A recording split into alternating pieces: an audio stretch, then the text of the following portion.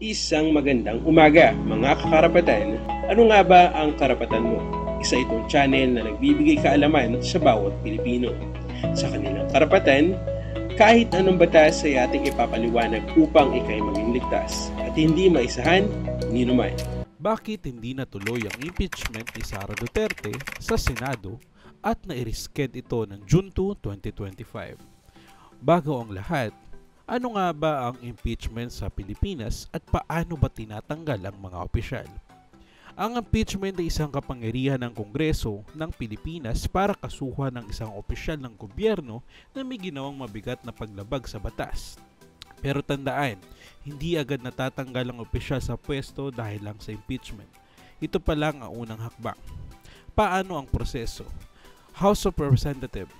Dito muna pinag-uusapan at binoboto kung may sapat na dahilan para sa impeachment. Kailangan ng at least 1/3 ng mga kongresista para maaproba nito. Pangalawa, Senado.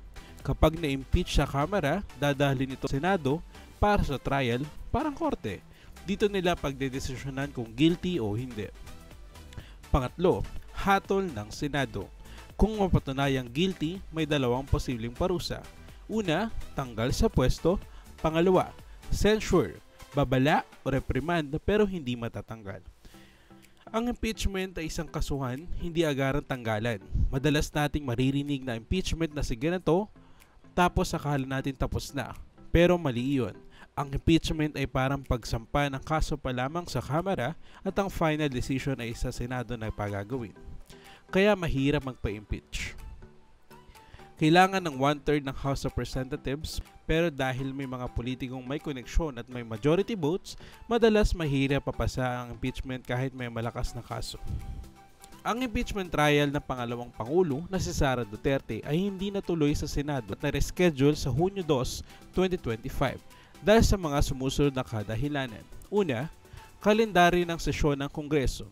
Ayon kay Senate President Pro Tempore Jingo Estrada, ang kasalukuyang kalendaryo ng Kongreso ay may nakatakdang bakasyon at kampanya para sa midterm elections na nagdulot ang kakulangan ng oras upang maisagawa ang impeachment trial bago ang Hunyo.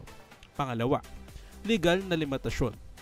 Ipinaliwanag ni Senate President Francis Escudero na ang Senado ay maaari lamang mag-convene bilang isang impeachment court kapag nasa sesyon.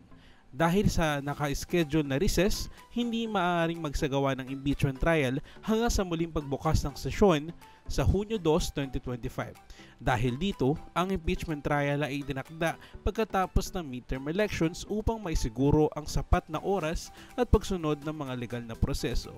At muli mga kaalaman mo, sa ating darating na halalan, piliin natin kung sino ang tama, piliin natin kung sino ang dapat iboto, dahil nasa kamay natin ang mga posisyon na magtataguyod sa ating bayan.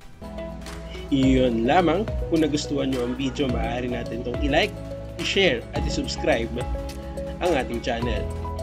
Ayun lamang, maraming salamat.